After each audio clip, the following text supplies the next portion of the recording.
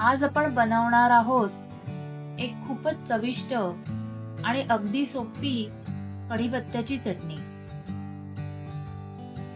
यासाठी मी घेतलंय अर्धा वाटी शेंगदाणे,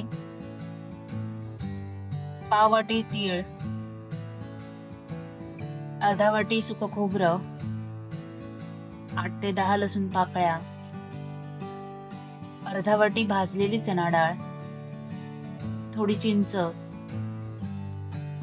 4 ते 5 सुक्या मिरच्या आणि 1 वाटी कढीपत्ता. ही चटणी चपाती, भात, दही भात किंवा साध्या जेवणासोबतही छान लागते.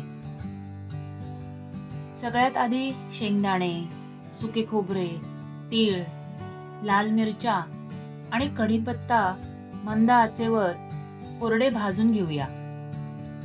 लसूण मात्र भाजायचा नाही. कढीपत्ता छान कुरकुरीत झाला आणि बाकी सगळ्याला छान रंग आला की गॅस बंद करायचा.